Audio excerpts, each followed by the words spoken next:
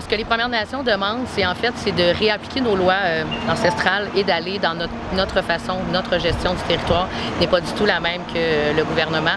La raison est que nous n'avons pas le même lien avec la forêt.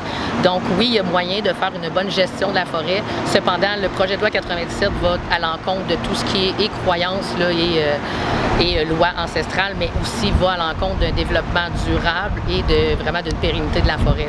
C'est, dans le fond, on privatise nos forêts, on vend des ressources naturelles qui nous appartiennent, mais aussi on vend ce qui fait partie du patrimoine québécois aussi. C'est pour ça que c'est d'autant plus important pour le Québec. Je comprends la situation des forestiers. Le but n'est pas que les gens puissent plus faire vivre leur famille. J'ai entendu beaucoup ça. J'ai une famille à faire vivre. Nous aussi, on a des familles à faire vivre, mais on a des familles à faire survivre aussi parce que les Premières Nations sont dans certains endroits en mode survie. Donc, je comprends leur situation. Puis le but n'est pas de priver ces gens-là. C'est vraiment un moyen de pression contre le gouvernement. Est-ce qu'ils sont des dommages collatéraux? Bien sûr. Est-ce qu'on trouve ça dommage pour eux? Oui, on est totalement empathique à la cause, mais ça ne change pas qu'on va continuer de faire pression sur le gouvernement tant qu'il ne décidera pas de prendre son projet, de le mettre à la poubelle et de le recommencer. Today is June 22nd, and many people have gathered here at the Olympic Stadium to protest against Bill 97. The collective Mamu First Nations is here to denounce a violation of their rights, indigenous rights, and fear the degradation of the forest, especially in the context of climate change.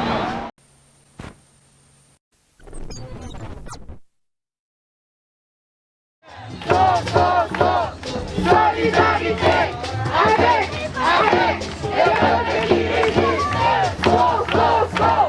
Solidarité avec les peuples qui résistent.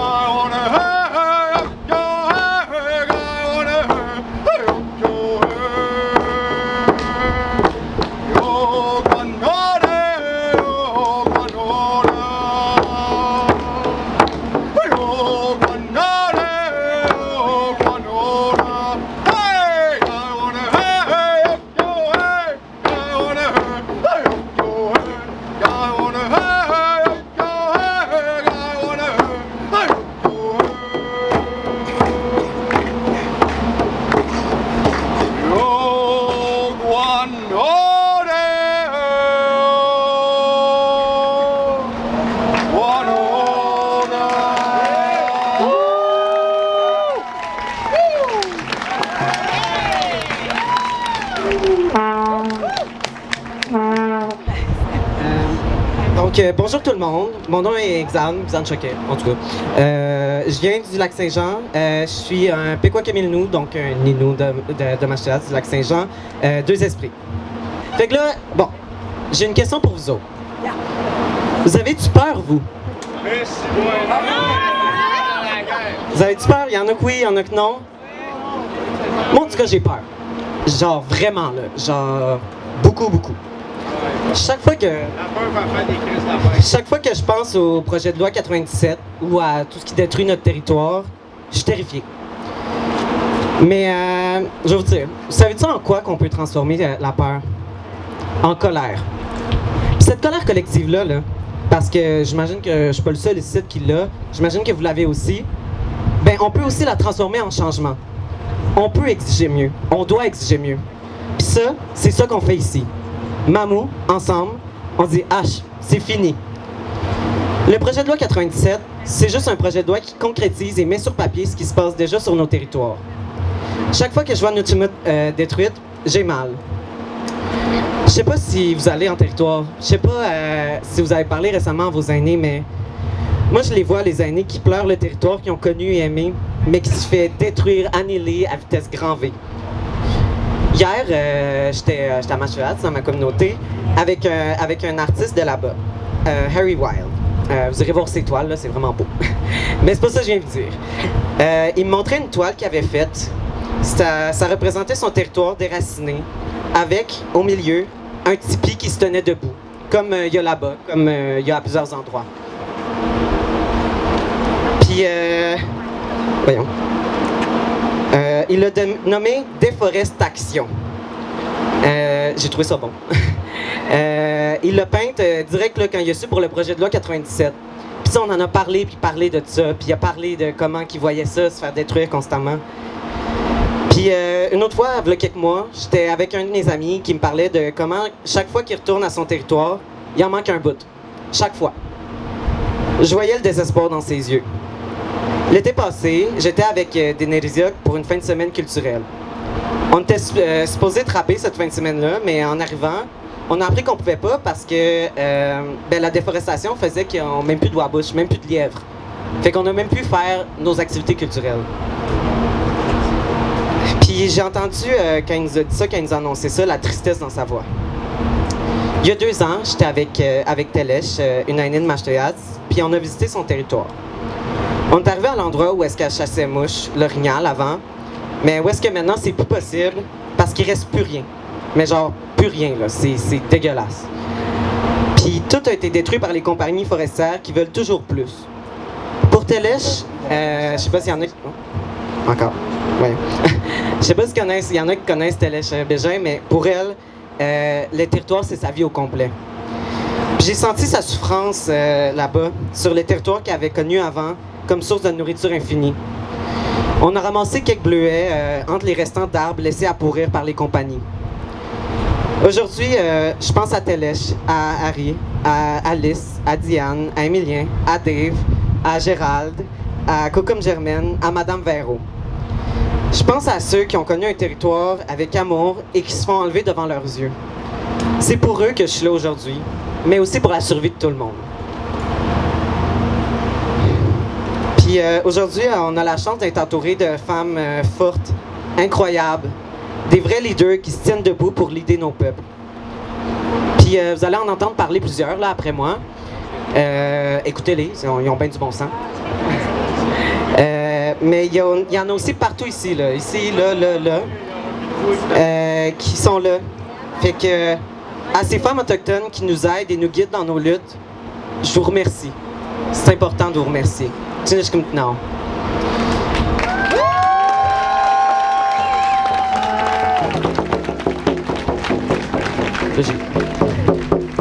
J'ai pas fini, mais je voulais quand même commencer. C'est important de les applaudir. Puis aussi, c'est ça. Je me suis présenté plutôt comme Xan, mais un autre nom qu'on m'a donné, c'est Kanishinkaput Innu. Les 2 êtres humains qui se tiennent debout. Puis j'en parle parce que, en tant que personne 2 esprits, c'est aussi mon rôle de me tenir debout, coûte que coûte. C'est mon rôle de vous passer le message. On doit protéger notre chimite. On doit protéger le territoire. Sinon, c'est la fin. Rien de moins. C'est pour ça que je suis ici, pour que vous joigniez à nous, pour que vous motiviez les gens autour de vous aussi à nous joindre aussi. Je le répète encore une fois, c'est une question de survie de tous les peuples. Pas juste les Autochtones, là, pas juste les Québécois, tout le monde. Parce que quand le territoire est détruit quelque part, c'est tout le monde qui est affecté. Puis c'est aussi tous les êtres qui l'habitent. Puis je voulais parler aussi, j'en ai des affaires à dire. Hier, quand je me suis levé, là, j'étais allé faire mon bénévolat, tout ça, mais après ça, j'ai vu que Carney avait adopté la loi C5 pour faire avancer plus vite. Ouais. Bouh! Pour faire avancer plus vite ces grands projets de destruction du territoire. Parce que c'est ça, il parle de ces grands projets, mais c'est des grands projets de destruction, là, on le sait. Puis non seulement c'est une méchante claque d'en face, mais elle est grosse, là, genre. En plus, la Journée nationale des peuples autochtones, c'est ridicule. J'en reviens même pas. Tu sais, genre, je suis pas surpris qu'il soit dégueulasse de même, mais comme, en plus, cette journée-là, là, c'est horrible.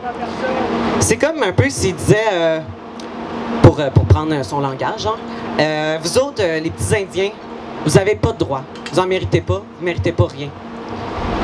Cette loi-là, là, elle va juste encore plus bafouer nos droits constitutionnels. Puis, oui, ça fait peur. Vous l'avez dit tantôt, je suis pas le seul à avoir peur. Mais aussi, ça montre une chose, moi. Ça montre qu'eux aussi, ils ont peur, en fait. Ils se dépêchent de faire passer les lois parce qu'ils ont peur. Même affaire en Ontario avec Ford qui a adopté la loi 5 il y a 2 semaines, qui aussi bafoue nos droits. Ils se sont dépêchés d'adopter tout ça parce qu'ils ont peur. Ils ont peur de nos nations qui se lèvent enfin. Ils savent que s'il y a un réveil autochtone, ils pourront rien faire contre ça. Puis il y en a un en ce moment, là. On le voit partout. Des Wet'suwet'en, à Six Nations, à Nelizioaski, à la Nation Innu, puis partout ailleurs. On se lève puis on se bat. On en a assez de se faire avoir par eux. Je vous le dis, là, en voyant la résistance qui se lève partout, ils doivent être absolument terrifiés. J'espère qu'ils dorment mal le soir, Carney. Puis Ford aussi. Puis Legault aussi.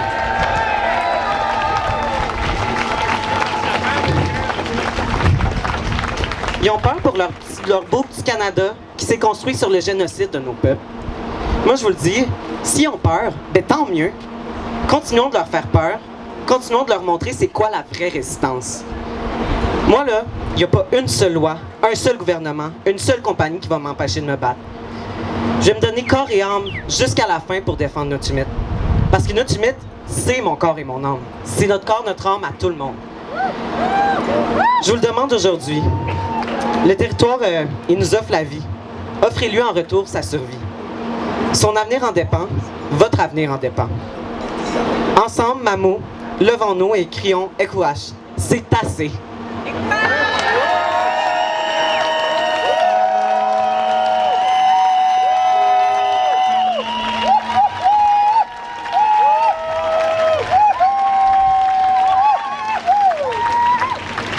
Je suis comme temps. Puis j'ai oublié de dire au début, d'ailleurs, pour qu'on puisse continuer cette défense du territoire, on a mis un petit truc pour ramasser de l'argent pour les gardiens du territoire qui se battent jour après jour sur place. Fait que si jamais vous avez du change, ça, de l'argent à donner, allez voir mon ami Fé qui est là, avec la petite fleur. Donc, c'est juste comme maintenant. Adikamek Nerwizio nen Wemdashik Nebeutin. Ari Shodanak and Michigan.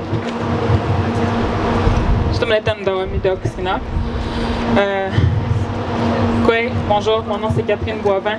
Je suis Adikamek Nerwizio de la communauté de Wemontashi et j'habite aujourd'hui à Odanak. Et merci aux gens qui m'ont invité. Merci à tous d'être ici. C'est vraiment fun de tous vous voir ici.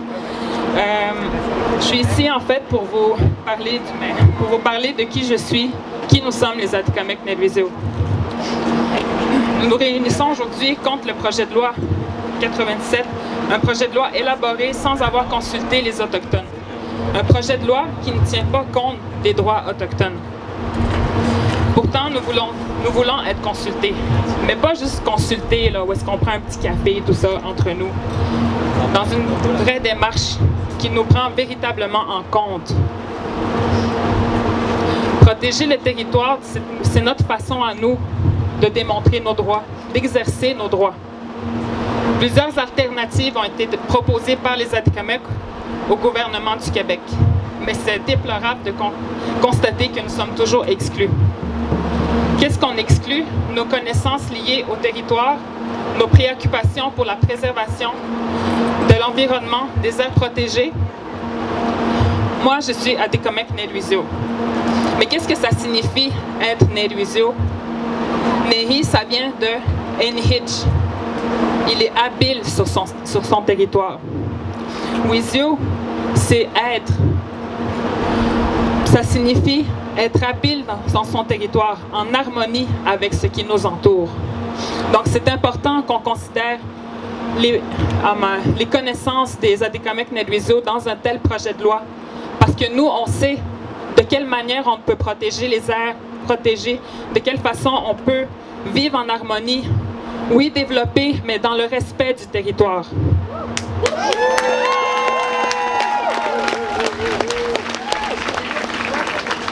Mojik Gishkita Notimik et Madzit Nerwizio. Il a toujours su s'adapter à son environnement. Mais est-ce qu'on peut s'adapter aussi longtemps comme ça, à force de voir nos territoires être détruits de cette façon-là? C'est ce qui s'en vient. Le gouvernement exclut les Autochtones dans ce projet de loi. Mais on exige qu'il se passe dans le respect du territoire, ça j'ai déjà dit, désolé. Ce projet de loi exclut notre rapport à la protection de la biodiversité. Les générations futures en seront affectées. Et quand nous parlons de générations futures, ce ne sont pas juste nos enfants, ce sont aussi les vôtres. L'environnement sera impacté aussi. Et pour un Eluisio Aski, la terre, c'est ce qu'il y a de plus sacré.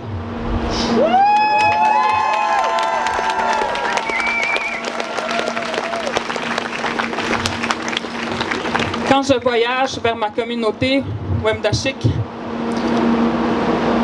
quand j'étais jeune, il y avait de la forêt tout au long du chemin, jusqu'à Wemontachi, de Wemontachi jusqu'à la Tuque.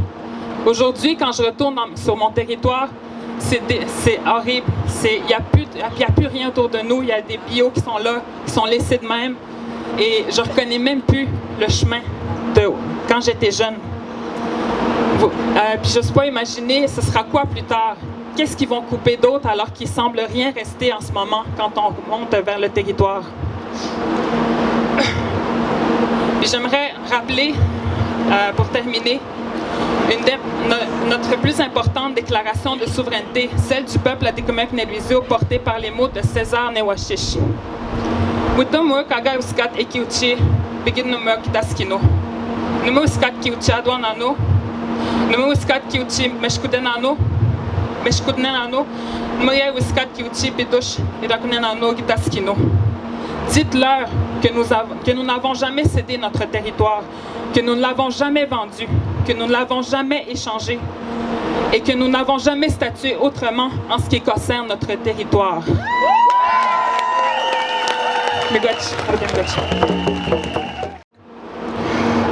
Mon nom est Jimmy Papati, je suis un Anishinaabe de Kitsake qui se trouve à 5 heures de route au nord en allant vers l'Abitibi. Je voulais juste vous dire que depuis mon jeune âge, que moi j'ai vu les coupes forestières, les projets hydroélectriques, la construction des barrages. J'ai vu tout le développement sur le territoire qui ne tenait même pas compte de mon peuple. Et avant la colonisation, là, on était maîtres sur nos territoires et nos ressources. Nos ancêtres ont accueilli, vos ancêtres, les immigrés, ils ont accueilli, nourri, soigné. Avec la colonisation, les nations autochtones se sont fait imposer la fameuse loi des sauvages. Ça s'appelait même à l'époque. Okay? Et on nous l'a imposé, on devenait des pupilles de la reine à l'époque. Donc, on n'avait pas de droit de décision. Après ça, on nous a parqués dans le système de réserve.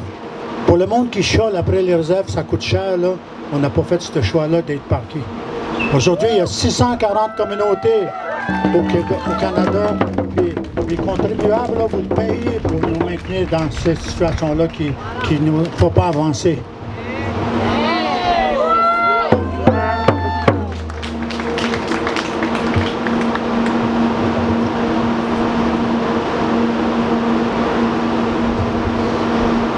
Puis, comme ce n'était pas suffisant, on nous a arraché nos enfants.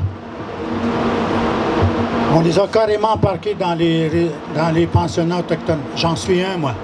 Je fais partie de la 3e génération de jeunes qui ont été des pensionnats où on leur interdisait de parler la langue, où on leur interdisait de parler de leur spiritualité. La madame qui m'a précédé a parlé de la spiritualité. Notre contact, le lien spirituel avec la terre a été brisé. Nos langues ont été brisées. Et on est revenu complètement brisé, comme si on avait connu notre propre Hiroshima. C'est ça que les gens doivent comprendre, qu'est-ce qui est arrivé. Et la province de Québec, elle, dans ce temps-là, il a entrepris de parler de leur spiritualité. Un processus de dépossession territoriale, l'exclusion des ressources naturelles de nos territoires. Il y a eu une transformation radicale du territoire. Tous les colons partaient du sud, s'en allaient dans le nord.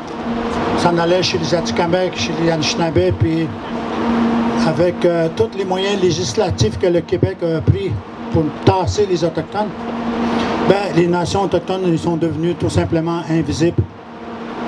Maintenant, en 2025, on ne sera plus jamais invisible.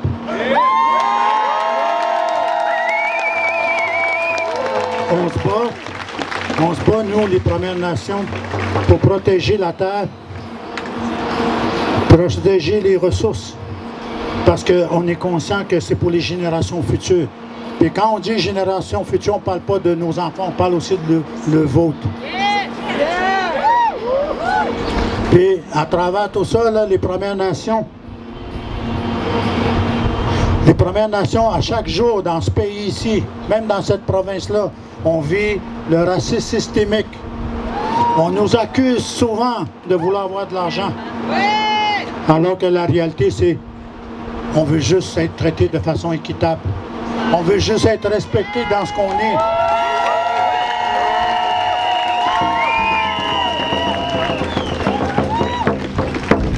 Aujourd'hui, nos vies, je vais vous le dire, nos vies, nous autres, les Premières Nations. Certaines personnes croient que les Premières Nations, ils sont riches, puis ils sont organisés, puis ils ont toutes d'Ottawa puis de Québec. Aujourd'hui, nos vies à nous, là, se composent en un numéro de bande. On a tout un numéro de bande, un numéro de village. Le mien, c'est 062. Puis on vit aussi dans une réserve qui est les payeurs de taxes, d'impôts, 640 communautés que vous payez, là, mais ça appartient au gouvernement, ça appartient au roi Charles aujourd'hui. On est toujours dans le système législatif gouvernemental des pupilles de l'État, où on ne leur donne pas la moindre chance d'être autonome puis de faire des projets pour sortir notre monde de la pauvreté chronique digne d'un tiers-monde. Puis on se dit au Canada, le meilleur pays au monde, mais je ne suis pas si sûr que ça pour les Premières Nations. Et pour nous, les Premières Nations, on doit sortir de ce cercle vicieux-là. On doit entreprendre le chemin de la guérison. On doit entreprendre le chemin du pardon. On doit reprendre le chemin de la résilience puis de vouloir cohabiter avec vous dans le respect. Et ça, c'est difficile pour nous autres quand on sait qu'on a été brimés dans nos droits humains. Nos enfants ont été enlevés. On a détruit notre lien spirituel avec la terre. On a brisé nos femmes aussi. Au Québec, là, c'est ça qui se passe. Ils ne veulent pas reconnaître que les femmes à Val-d'Or ont vécu beaucoup de choses. Okay? Puis ça, là, quand tu regardes tout ça, là, ben, à un moment donné, pour nous autres, on dit on doit vivre avec les autres. Mais pour moi, j'ai changé. Je ne suis plus le jeune de 14 ans qui vit dans la violence. Je ne suis plus le petit garçon qui a été agressé au pensionnat par un prêtre. Je suis devenu un homme de 60 ans qui a réfléchi, qui a maturé, qui a développé. Et pour votre information, j'ai déjà été membre du conseil pendant 20 ans chez moi. J'ai fait 2 mandats de chefferie. Okay? J'ai quand même une expérience qui est là, qui a servi aux intérêts du peuple rouge. Je parle pas juste en mon nom, là. Je parle à toutes les nations. C'est comme ça, moi, je me vois comme quelqu'un, un petit gars du peuple qu'on dit. Okay? Puis ce gilet-là, là, René Lévesque, c'est quelqu'un que j'ai connu. Okay? J'ai même fumé une cigarette avec lui au Parlement, là, dans le Salon Bleu. Okay?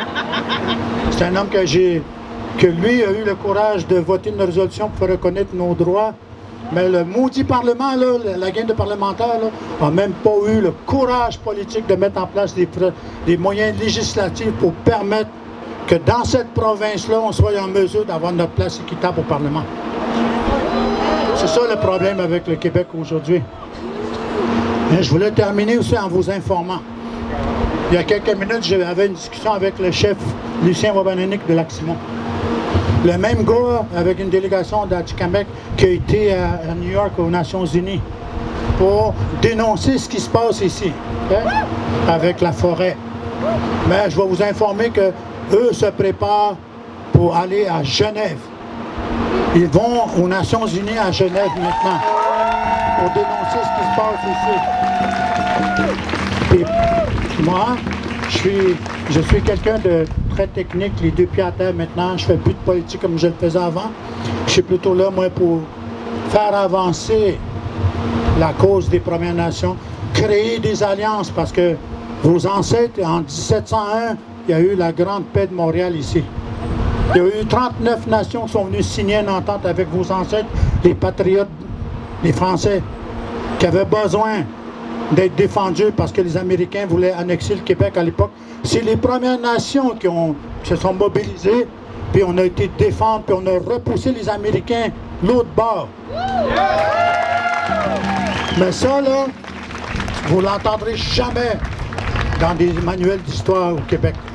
Pourquoi? Parce que on préfère réduire au silence le rôle, la contribution des Premières Nations dans le développement du Québec, mais aussi du Canada. On préfère ignorer, on préfère les réduire au silence. Fait que moi, j'ai pris le temps de venir ici, puis je vais prendre le temps aussi de remercier les donateurs, ceux qui m'ont donné des dons, qui m'ont permis, parce que moi, j'ai pris ma retraite, je ne travaille plus, puis j'ai été congédié par mon conseil pour avoir osé dénoncer les choses qui se passent dans ma communauté. Ils m'ont congédié, c'est pas grave. Moi, j'ai appris une affaire. Okay? Puis ça, tout le monde, apprenez ceci à vos enfants. Quand vous allez marcher sur cette terre, vous allez marcher à côté de quelqu'un. Ne laissez pas entrer le serpent économique puis vos morts parce que vous allez avoir la fièvre de l'argent. Puis c'est ce qui se passe avec le goût puis sa gagne. Okay? C'est l'argent qui regarde. Moi, c'est pas ça. Fait que je suis honoré d'être ici, de vous adresser la parole. Honnêtement, là, ça fait ma deuxième en espace de 30 ans. J'ai 61 ans aujourd'hui, puis je suis encore en santé. J'ai quitté la forêt à l'âge de 20 ans pour être au conseil. Puis à 60 ans, je recommence à retourner chez moi. Puis laisser les jeunes, comme le jeune qui a parlé tout à l'heure, c'est excellent ça. C'est le fun de voir une jeune femme prendre le relais. Moi, je suis en mode enseignement dans ma communauté auprès des jeunes. Pour que les jeunes continuent le combat. Moi, je veux prendre le temps. Je suis un diabétique, je dois me soigner. Je dois retourner dans la forêt pour au moins profiter de ce qui me reste de vie humaine. Parce que j'ai commencé à développer la maladie. Et pour ceux qui sont diabètes, vous savez de quoi je parle. Fait que pour nous, les Anishinabés de Kitsakik, je vais vous dire qui on est. On est une communauté qui n'a jamais accepté le statut de réserve. On vit dans le parc La Vérandrée, loin de l'électricité et des infrastructures. On n'a même pas accès à l'eau courante.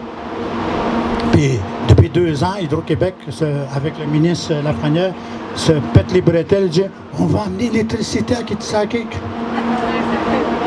Pour moi, c'est un cadeau empoisonné parce que non seulement, si tu n'as pas d'assise territoriale, si tu ne contrôles pas les ressources du territoire, puis tu ne développes pas l'économie sur le territoire, comment tu veux te payer ces services-là? C'est ce que nous, on dit.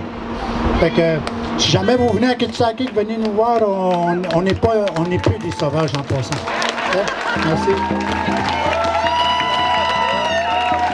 Ce sont nos terres.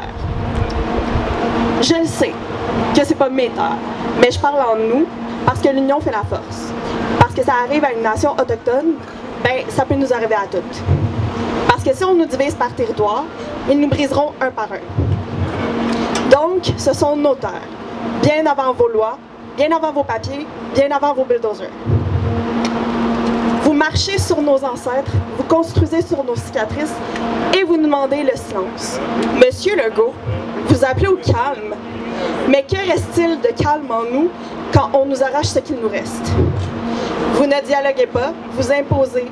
Vous ne construisez pas l'avenir, vous effacez les racines.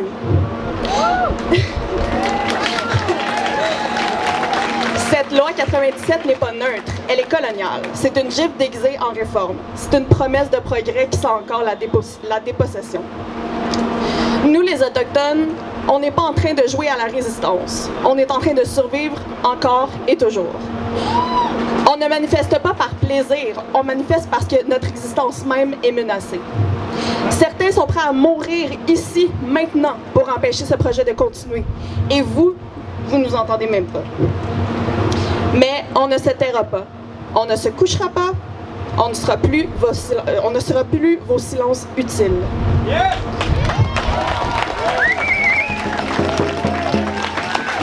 Chaque fois que vous effacez une partie de notre culture, chaque fois que vous bâtissez sans nous consulter, vous recommencez l'histoire du vol, de la violence, de la colonisation. Et nous, aujourd'hui, on dit non. Pas un pas de plus sur nos terres. Pas un pas de plus sans notre voix. Pas un pas de plus sans respect. Ce que vous appelez progrès, c'est encore une destruction. Et cette fois, on va vous regarder dans les yeux et on va rester debout. Parce que ce territoire, c'est plus qu'un bout de sol. C'est notre mémoire, notre identité, c'est notre droit, c'est notre vie.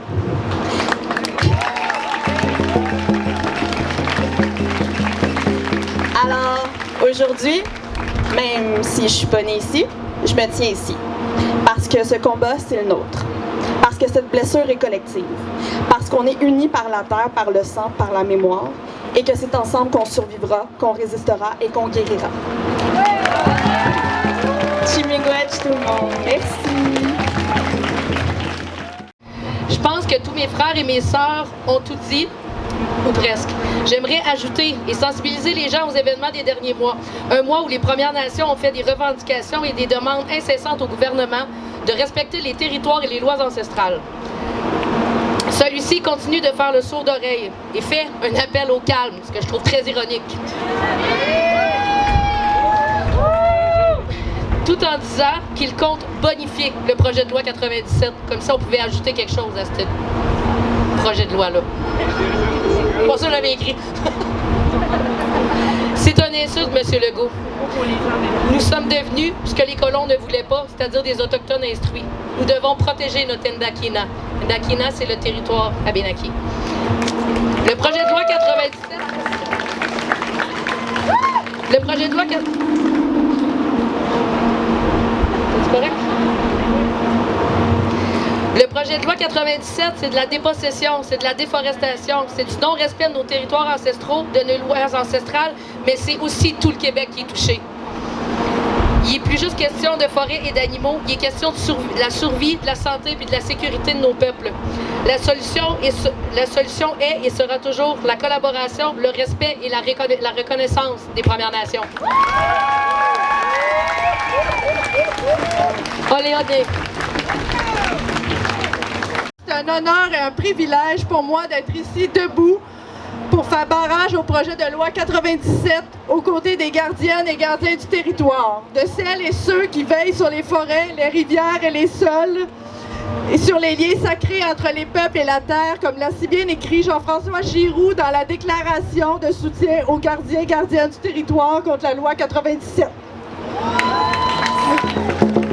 Un projet de loi qui donne à l'industrie 30% de nos forêts, qui bafoue les droits des Premières Nations et qui a été élaboré sans réelle consultation.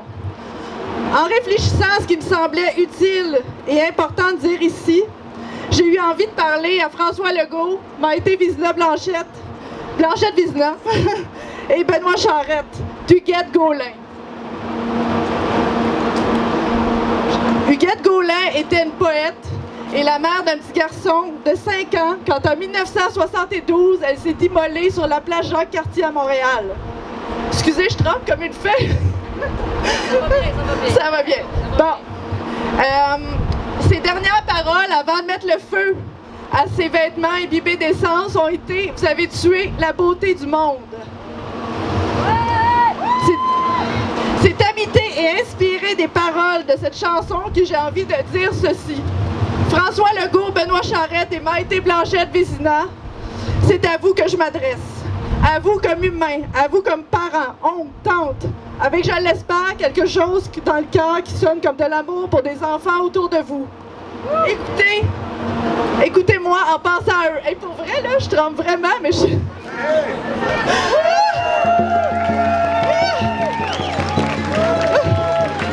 Mais ça va bien. Vous êtes en train de tuer la beauté du monde. Chaque fleur, chaque arbre que l'on tue revient nous tuer à son tour. La perte de la biodiversité et l'écocide en cours est une des plus grandes menaces à l'humanité. Pourtant, qu'est-ce qu'on voit sortir de vos boîtes de carton? Nordvolt, Stablex, faire du fleuve une autoroute de marchandises. Et à ça, on ajoute le PL 97 qui livre la forêt à l'industrie. Vous prétendez protéger les travailleurs, mais que feront-ils lorsqu'il n'y aura plus de forêt? Et les caribous et toutes les vies que la forêt abrite, qu'en faites-vous? La protection du caribou forestier est sans cesse repoussée. Attendez-vous qu'ils disparaissent? Que direz-vous aux enfants devenus grands qui vous demanderont comment ça se fait que ces êtres somptueux sont disparus? La forêt n'est pas une marchandise. La forêt est un lieu de vie, de culture. La forêt est vivante et doit être protégée et aimée comme les premiers peuples l'ont fait depuis des millénaires.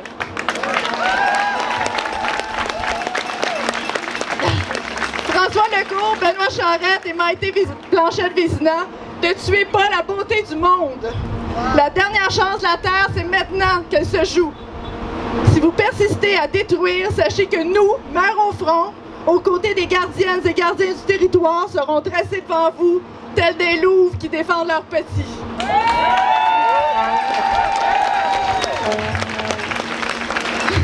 François Legault, Benoît Charette et Maïté Blanchette-Vézina, ne tuez pas la beauté du monde. Faisons de la terre un grand jardin pour ceux qui viendront après nous.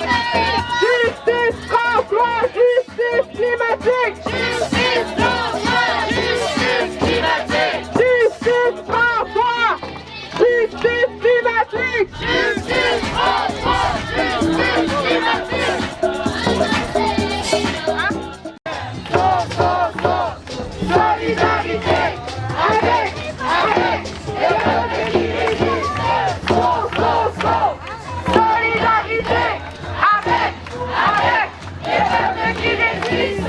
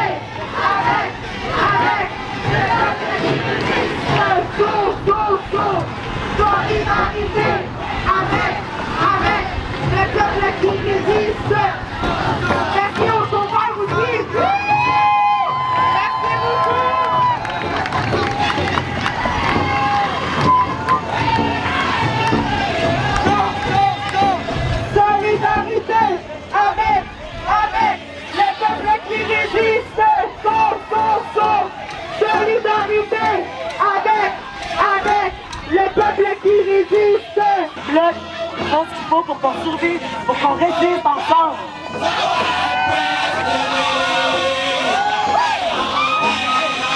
Ils ont toujours besoin d'aide aussi d'ailleurs. Si jamais vous avez envie d'aller les rejoindre, contactez-les, allez contacter Alliance Mammon, Solidarité, Nelly Oaski, je pense. Pas Solidarité. En tout cas, vous allez les trouver avec Alliance Mammon entre autres. Qui ont besoin d'aide, qui ont besoin de gens qui regardent sur le territoire, voir qu'il n'y a pas de groupe forestier pour les bloquer. Ensemble, Mammon! Who comes first? First Nation first! Who comes first? First Nation first! Who comes first? First Nation first! François, la forêt n'est pas à toi! La forêt, François, la forêt n'est pas à toi! La forêt, François, la forêt n'est pas à toi! La forêt, François, la forêt n'est pas à toi! Solidarité! Avec le peuple qui résiste! Solidarité! Avec les peuples qui résistent! Solidarité! Avec les peuples qui résistent! Solidarité! Avec les peuples qui résistent! Sérieux, je suis fière de l'envergure de la marche aujourd'hui. Il y a plusieurs visages qui sont encore là. Je suis sûre qu'ils vont être là dans les prochaines marches.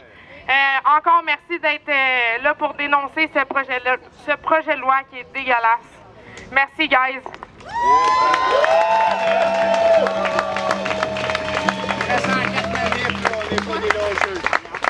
On n'est pas des logeurs. Prenez congé pour aller faire des manifs. Absolument. Pas attaché à l'argent. On s'est rassemblés ici Le lendemain de la fête des peuples autochtones, la veille de la Saint-Jean-Baptiste, 2 dates symboliques, 2 histoires qu'on porte ensemble, 2 vérités qui doivent se parler.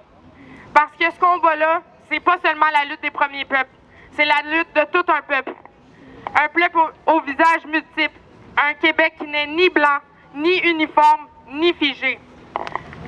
Un Québec de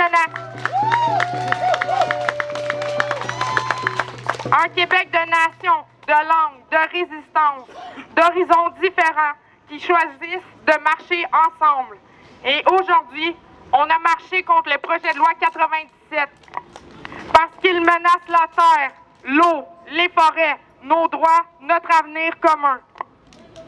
Le projet de loi 97 n'est pas une réforme, c'est un passage en force, un plan de pilage, des millions d'hectares de forêts publiques livrées à l'industrie, sans consentement, sans consultation, sans respect.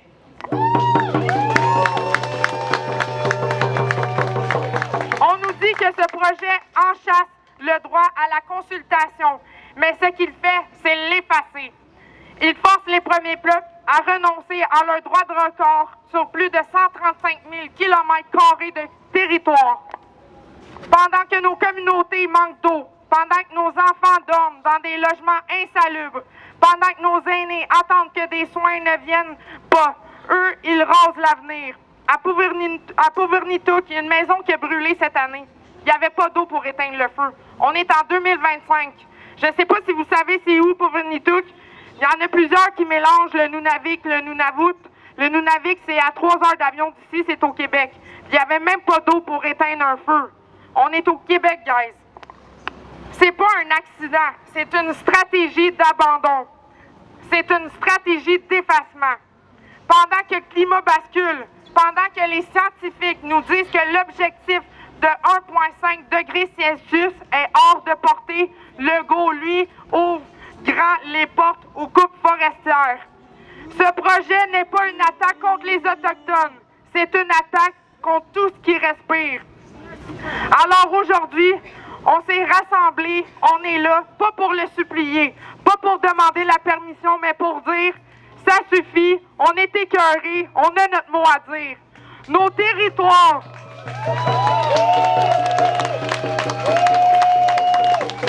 Nos territoires ne sont pas à vendre. Nos droits ne sont pas négociables. Notre avenir ne se découpe pas en zone d'aménagement prioritaire. Aujourd'hui, on se tient debout pour les forêts, pour les enfants, pour les générations qui viennent. Et on lâchera pas, guys.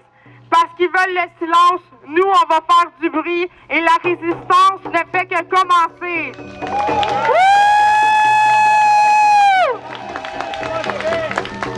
Merci encore d'avoir été présents. Et éventuellement, nous allons annoncer la 3e manifestation. Alors, restez à l'affût. Merci beaucoup. Takoumé. Kwayemzewi, Ndaleweze Annick. Donc, bonjour tout le monde, je m'appelle Annick. Tu fais partie du collectif MAMO? Non, en fait, moi, je suis une Wabanakak de la nation Wabanaki, de la communauté autochtone de Wolinac. D'accord. J'habite à Wolinac et je fais partie du groupe à Émilie, en fait, là, pour aller à l'encontre du projet 97, évidemment. Donc tu es là pour protester contre la loi oui, 97? Ben, je suis là non seulement pour protester contre la loi, mais surtout pour la sécurité de nos peuples. Évidemment, les Premières Nations sont énormément touchées par ce projet-là. Il y en va de la pérennité des forêts du Québec aussi, fait que je pense que c'est une question québécoise aussi, mais je suis là en particulier pour les territoires ancestraux qui nous ont été légués à nous, les Premières Nations. Pour toi, qu'est-ce que la forêt représente? Pour les gens, ça représente le bois et les trucs comme ça. Pour nous, c'est quelque chose de très traditionnel. Évidemment, on pratique beaucoup de notre culture dans la forêt. Pour certaines nations, moins pour la mienne, mais pour la nation Atikamekw, c'est leur garde-manger carrément. C'est l'endroit où est-ce qu'ils vont chasser. C'est l'endroit où est-ce qu'on va pêcher. Nous, étant donné les petites communautés, souvent, on va retourner dans la forêt pour pratiquer notre culture. Donc, c'est la chasse, la pêche, mais aussi des pratiques traditionnelles, là, que ce soit de tanner, de faire des trucs comme ça. C'est l'endroit où on se reconnecte à notre culture et à notre tradition. C'est pour ça que c'est si important pour nous. Et évidemment, nous, notre mère, la terre, c'est quelque chose... Nous, on appartient à la terre et non l'inverse. Donc, on ne surutilise pas la terre, on protège notre terre-mère. C'est pour ça que c'est un combat qui est très fort pour nous, là, les Premières Nations.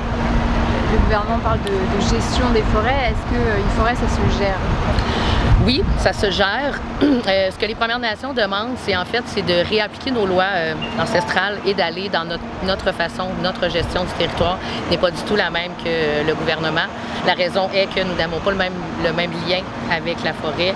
Donc oui, il y a moyen de faire une bonne gestion de la forêt. Cependant, le projet de loi 97 va à l'encontre de tout ce qui est croyance là, et loi ancestrale, mais aussi va à l'encontre d'un développement durable et vraiment d'une pérennité de la forêt.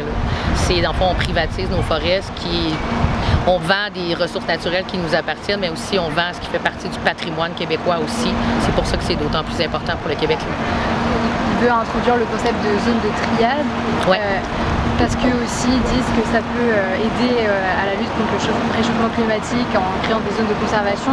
Est-ce que tu penses que c'est un bon concept pour... non, on n'a pas... en fait, on ne prend pas en compte l'effet de serre. Dans le fond, les arbres créent du carbone. Puis quand on déforeste trop rapidement, ils ne vont plus comme conserver ce carbone-là. Il y a énormément d'effets de serre aussi qui sont je me souviens plus du mot, là, mais en tout cas, il y a beaucoup d'effets de serre. Mais il y a aussi tout ce qui est compagnie forestière. On ne parle pas souvent du transport et tout ça, mais c'est des gens qui se promènent dans la forêt. Fait que c'est des gens qui font beaucoup de... Je cherche le mot, tabarouette, mais qui font beaucoup d'émissions. Bon, merci. Qui font beaucoup d'émissions de gaz dans les forêts. Il faut prendre en considération aussi tout ce qui est naturel. En fait, nous, on laisse la terre-mère s'occuper d'elle-même parce qu'elle est faite pour s'occuper d'elle-même et elle est faite pour s'occuper de nous. Là, on est en train de déloger des animaux, on est en train de déloger des forêts. Dans le projet de loi aussi, dans la triade que vous parliez tantôt, dans le 30 %, aucune loi environnementale n'est obligée d'être respectée, que ce soit les aires de forestation exceptionnelles, que ce soit les aires d'initiative autochtone, ce qui est quand même ironique sur des terres ancestrales. Ouais. Aujourd'hui, on est le lendemain de la Journée nationale des Autochtones. Ouais. Est-ce que c'est encore plus symbolique aujourd'hui d'être là pour protester pour vos droits? Oui, effectivement, parce que hier, on a célébré, en fait, quand on fait des célébrations, que ce soit le powwow ou des journées comme ça, on célèbre notre culture, nos traditions, on célèbre les peuples autochtones. On a beaucoup de choses que les gens ne connaissent pas encore, on a beaucoup de pratiques, on a beaucoup de traditions qu'on tente de conserver. Évidemment, on le fait sur nos communautés, mais les gens sont toujours comme invités. Fait que oui, c'était d'autant plus important parce que hier, on a célébré nos nations. Maintenant, on va mener le combat pour nos nations, ce qui était une logique en soi. Là. Dernière question. L'industrie argumente que c'est pour protéger aussi les emplois. Est-ce qu'il y a un compromis qui est possible entre les différents usages? Comme je disais tantôt, je pense qu'il y a une façon responsable d'utiliser la forêt. Il y a une façon responsable de faire des coupes. Évidemment, on nous parle de reboisement, mais du reboisement avec seulement des résineux, des trucs comme ça, c'est pas bon. Je comprends très bien, je comprends la situation des forestiers. Le but n'est pas que les gens puissent faire vivre leur famille. J'ai entendu beaucoup ça, j'ai une famille à faire vivre. Nous aussi, on a des familles à faire vivre, mais on a des familles à faire survivre aussi parce que les Premières Nations sont dans certains endroits en mode survie. Donc, je comprends leur situation. Puis le but n'est pas de priver ces gens-là, c'est vraiment un moyen de pression contre le gouvernement. Est-ce qu'ils sont des dommages collatéraux? Bien sûr. Est-ce qu'on trouve ça dommage pour eux? Oui, on est totalement empathique à la cause, mais ça ne change pas qu'on va continuer de faire pression sur le gouvernement tant qu'il ne décidera pas de prendre son projet, de le mettre à la poubelle et de le recommencer. C'est tout.